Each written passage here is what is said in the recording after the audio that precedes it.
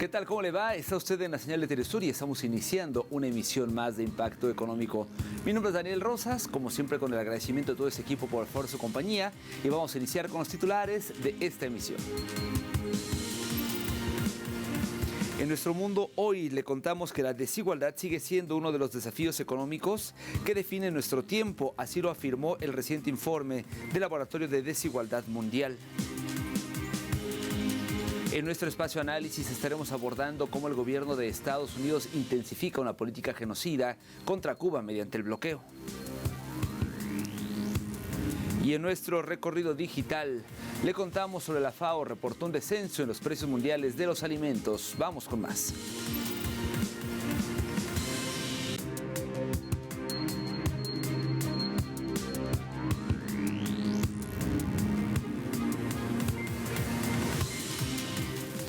¿Cómo está? Momento de entrar con el detalle de la información. Comenzamos platicándole que la desigualdad sigue siendo uno de los desafíos económicos que definen nuestro tiempo. Esto lo afirmó el reciente informe del Laboratorio de Desigualdad Mundial. A continuación, detalles.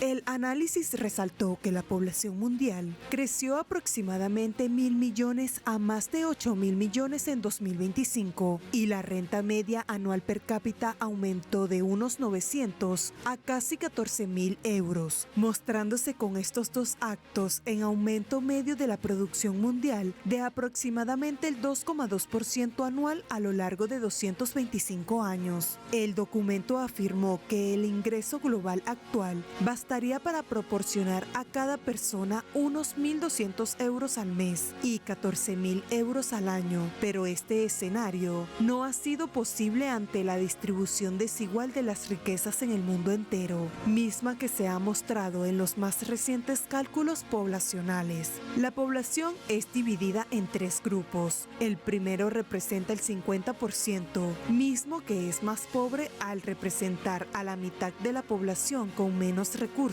y que capta solo el 8% de los ingresos mundiales y posee solo el 2% de la riqueza total. El segundo grupo, denominado como la clase media global, representa el 40%. Estas personas ganan lo suficiente como para no pertenecer al grupo más pobre, pero no forman parte de la élite económica y han sido la que menos se ha beneficiado en las últimas 4 décadas. Y el tercer grupo representa el 10%, considerados como los más ricos, al recibir los ingresos más altos de la riqueza, calculándose en un 53% del ingreso mundial. El autor del documento enfatizó que, para el 2025, la población mundial, 8.200 millones, y la población adulta de 5.600 millones, basándose en esta cantidad, indicó que 2.800 millones de adultos pertenecen al 50% más pobre, 2.200 millones al 40% medio y solo 556 millones al 10% más rico. En referencia a los ingresos, destacó que los más ricos, conformado por un aproximado de 56 millones de personas, gana 2,5 veces más que toda la mitad más pobre de la humanidad y afirmó que para pertenecer al 10% superior, una persona debe ganar unos 65.500 euros al año y para alcanzar el nivel de los más ricos, los ingresos deben ser de unos 250.300 euros anuales. A pesar de los crecimientos en las riquezas de los más desfavorecidos, los multimillonarios han disfrutado de aumentos anuales del 8%, viéndose multiplicadas sus fortunas, mientras que las ganancias absolutas de la mitad más pobre siguen siendo modestas. El ente concluyó que la desigualdad de la riqueza no solo es muy grande, sino que es persistente y se retroalimenta. Afirmó que, en las últimas 3 décadas, las personas más ricas se han distanciado a un ritmo extraordinario, afectando la distribución de oportunidades y poder a nivel mundial. Un escenario lúgubre donde aumentan la cantidad de multimillonarios, centimillonarios y multimillonarios al poseer estas 3/4 partes de todos los activos del mundo, controla por sí solo el 37% del total y se ve la desigualdad en aumento ante la ausencia de soluciones contundentes.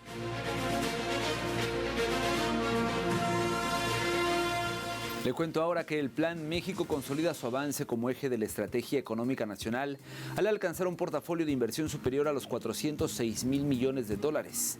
El secretario de Economía mexicano Marcelo Ebrard, durante la primera reunión nacional de promoción de inversiones, destacó cifras récord de inversión extranjera directa y un creciente respaldo del capital nacional en un contexto internacional marcado por tensiones comerciales y tendencias proteccionistas.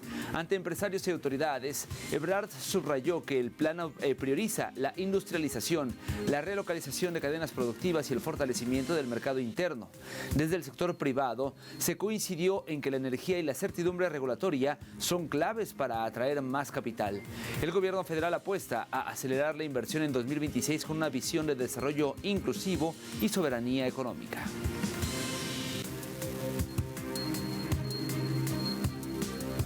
Por otro lado, Brasil y Rusia reafirmaron su interés en profundizar el intercambio económico y comercial durante la edición número 8 de la reunión de la Comisión de Alto Nivel de Cooperación Bilateral, retomada tras más de una década. El vicepresidente brasileño Geraldo Alckmin subrayó que el comercio actual, estimado en 11,000 millones de dólares, aún está lejos del verdadero potencial de dos economías con sólidas capacidades industriales, científicas y tecnológicas. Desde Brasilia se defendió la ampliación de inversiones rusas en áreas estratégicas como energía, fertilizantes e infraestructura, así como una mayor presencia de empresas brasileñas en el mercado ruso. Moscú, por su parte, expresó disposición a cooperar en energía nuclear, pacífica, inteligencia artificial y sistemas de pago alternativos en sintonía con la visión multipolar impulsada desde los BRICS.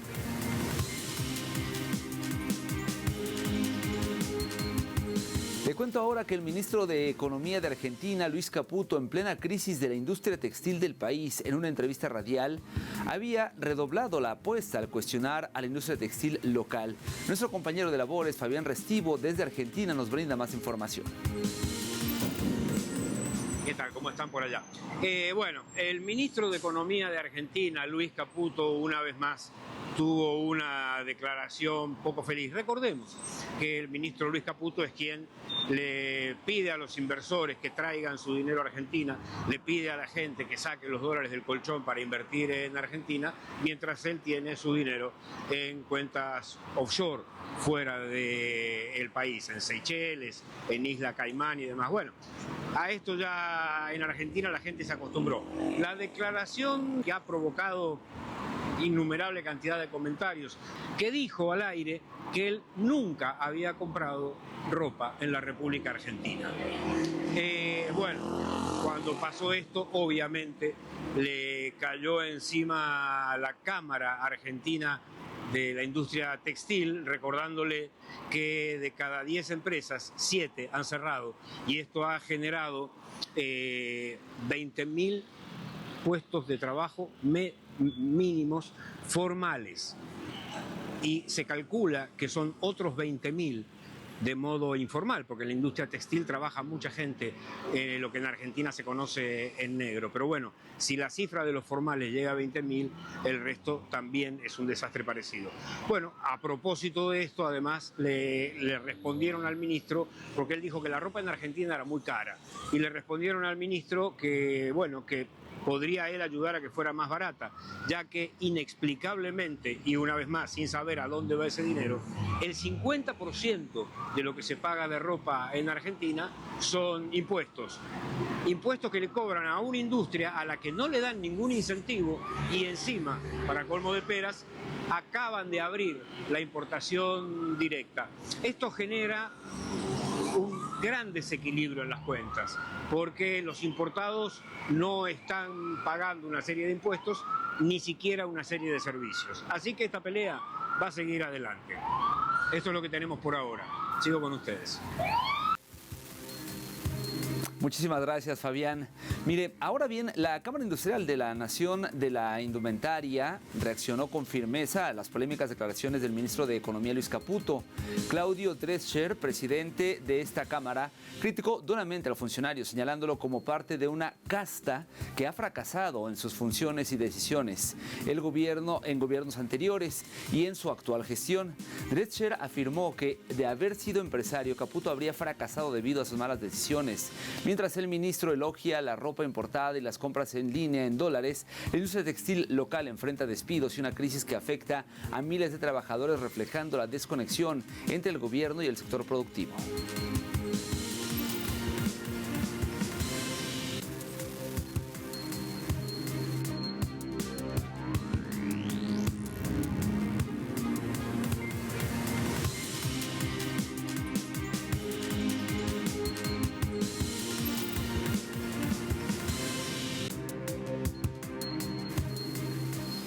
Permítanos hacer una primera pausa en este espacio. Al regresar, como parte de nuestro espacio de análisis, estaremos abordando cómo el gobierno de Estados Unidos ha intensificado una política genocida en contra de Cuba mediante bloqueos. Regresamos con detalles.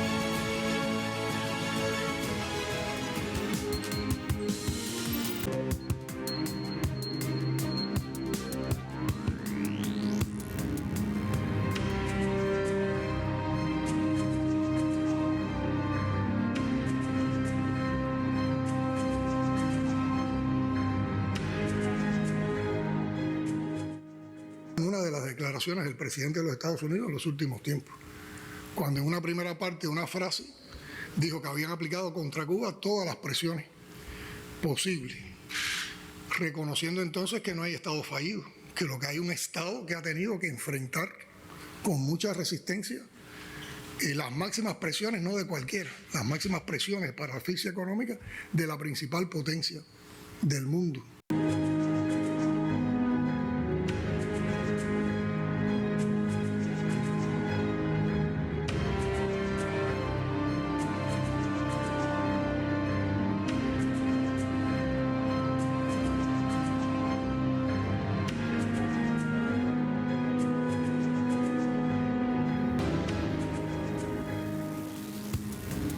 Son imágenes de Cuba, país que ha padecido durante 67 años un bloqueo por parte de Estados Unidos, el cual ha tenido un impacto que no solo abarca datos macroeconómicos. En el día a día el bloqueo impacta el acceso a tecnologías médicas, combustibles y también créditos internacionales, entre algunos otros temas. Para más detalles revisemos el siguiente material. 6 décadas han pasado desde que el entonces presidente John Kennedy firmara la Orden 3447 que legalizó el bloqueo económico, comercial y financiero contra Cuba, el cual fue invocado a través de la Ley de Comercio con el Enemigo de 1917. Este febrero dio inicio formal de lo que hoy, en 2026, es la guerra económica más prolongada de la era moderna, el bloqueo total de Estados Unidos contra Cuba, y que con la llegada del presidente Donald Trump pasó de bloqueo a asfixia contra la isla. Según datos oficiales, esta guerra unilateral ha dejado pérdidas acumuladas que superan ya los 170.000 millones de dólares. Pero más allá de eso, el bloqueo genocida contra Cuba continúa deteriorando la calidad de vida de millones de ciudadanos. La medida de Estados Unidos, al único que va a perjudicar es a nuestro pueblo. Es el único que va a pagar las consecuencias. No vamos a tener transporte, vamos a tener menos apagones, vamos a tener menos combustible, vamos a tener menos todo. Esto aumenta lo inhumano que es. Hay que señalar que el bloqueo de Estados Unidos contra Cuba impide que la mayor de las Antillas pueda realizar transacciones comerciales normales, impide el acceso a divisas, fertilizantes, maquinarias, combustibles, productos químicos y tecnologías, medicinas, entre otros, lo que afecta a la esencia humana de la población cubana y todos sus habitantes. Tiene bastante efecto lo que él está haciendo con el pueblo de Cuba, porque él quiere acabar con los niños, con los viejos, con todo el mundo él quiere acabar. Pero nosotros inventamos y nosotros vamos a salir adelante. Pero esto no es todo. En la actualidad, la administración de Trump emitió una orden ejecutiva para aplicar aranceles a los países que envíen petróleo a la isla. Esto con el objetivo de dejar al país sin energía. Ante esta amenaza, Cuba ha recibido el apoyo incondicional de Rusia, Sudán del Sur y del ALBA TCP, reafirmándose así una vez más el rechazo contundente de los pueblos ante el accionar expansionista e imperialista imperialista de Estados Unidos, que ya se ha visto recientemente en casos como Irán y el de Venezuela. Al mismo tiempo, el bloqueo de Estados Unidos en contra de la isla caribeña impide a las empresas y ciudadanos estadounidenses realizar transacciones comerciales con intereses cubanos. El sector de la salud es uno de los más afectados. Revisemos algunos números importantes.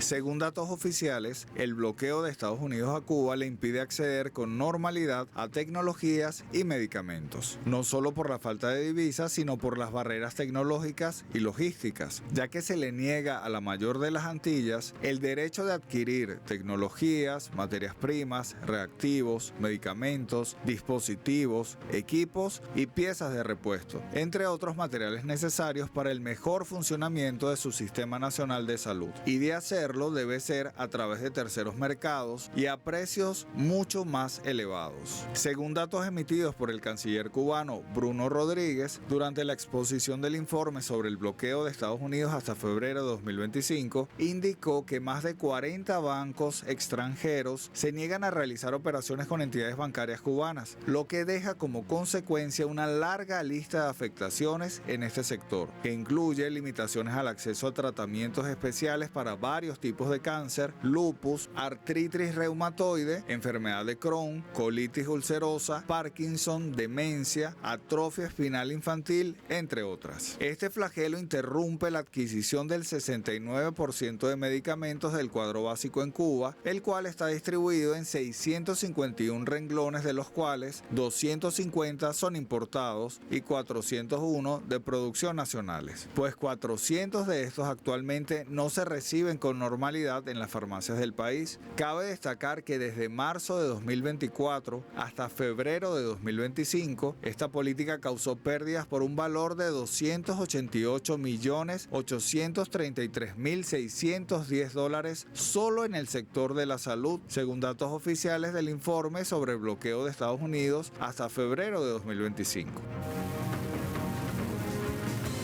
Ante este panorama cada vez más agresivo por parte de las políticas de Washington, la ONU expresó su preocupación por el impacto del endurecimiento del bloqueo a Cuba por parte de Estados Unidos.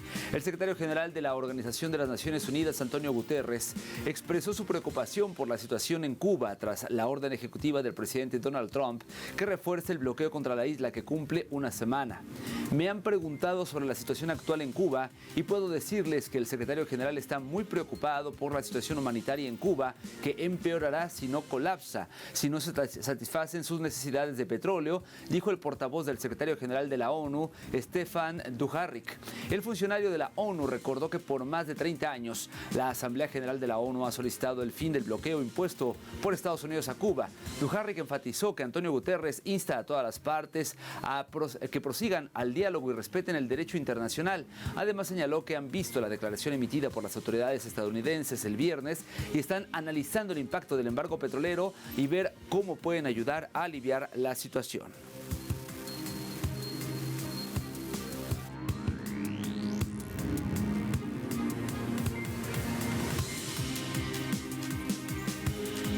Hablemos ahora de cifras del bloqueo estadounidense en contra de la isla caribeña. Según datos oficiales, 12 días de bloqueo a Cuba le cuestan unos $250 millones. Para dimensionar esta cifra, le cuento que el puente más alto del mundo, el puente del Gran Cañón de Huaiyang en China, que es un hito de la ingeniería moderna que ostenta 2 récords mundiales, tuvo una inversión de $280 millones. Es decir, 12 días de bloqueo a Cuba cubren casi la totalidad de esta obra que rompe récords mundiales de altura. Esta comparación evidencia el costo de menos de 2 semanas de bloqueo, que no es solo una cifra abstracta, sino el valor de infraestructuras que definen la identidad de naciones enteras o resuelven problemas energéticos a gran escala.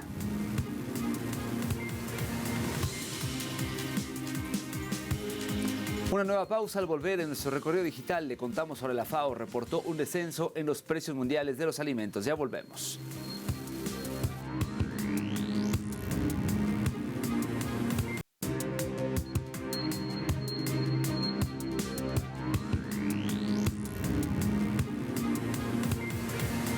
Iniciamos nuestro recorrido digital el día de hoy con el portal Prensa Latina. Nos muestra el siguiente titular.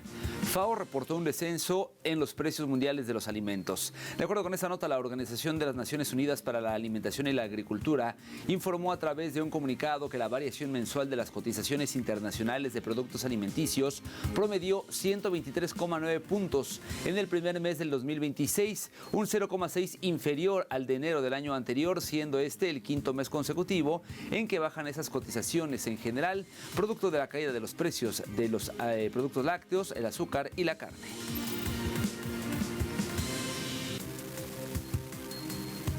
Pasamos ahora a actualidad de RT, que destacó la siguiente información. El café vuelve a liderar las exportaciones de Colombia y supera al carbón tras 25 años. El Departamento Administrativo Nacional de Estadísticas, dice esta nota, indicó que en 2025 las ventas externas de café alcanzaron los 5.788 millones de dólares frente a 4.901 millones del carbón, una ventaja del 18,1% y un cambio nunca visto desde el año 2000. El ente resaltó que las exportaciones cafeteras crecieron más del 70% el año pasado y en la actualidad representan el 38% de las ventas externas del sector agropecuario, dando como resultado un impacto positivo en cientos de municipios del país sudamericano.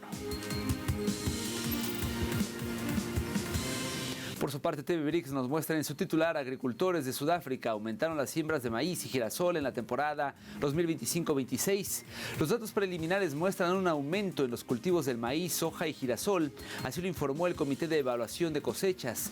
El área total sembrada con cereales de verano y cultivos oleaginosos en la temporada actual se estima preliminarmente en 4,54 millones de hectáreas, lo que representa un aumento del 2% en comparación con el año anterior. Los principales mercados de exportación para los productos agrícolas sudafricanos son países de África, Asia y Oriente Medio.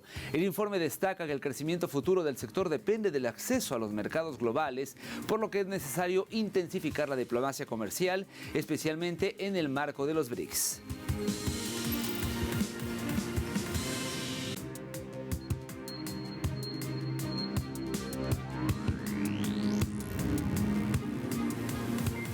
Rápidamente revisamos los precios del petróleo. El intermedio de Texas marcó un precio de $62.93, una caída fuerte de $2.21. En el caso del barril del Brent, el de referencia en Europa, su precio se ubicó en los 67,22, es decir, también está cayendo $2 pero con 24 centavos. Finalmente le comento que el crudo promediado por la OPEP marcó en este caso un precio de $66.65, una ganancia de $1.42.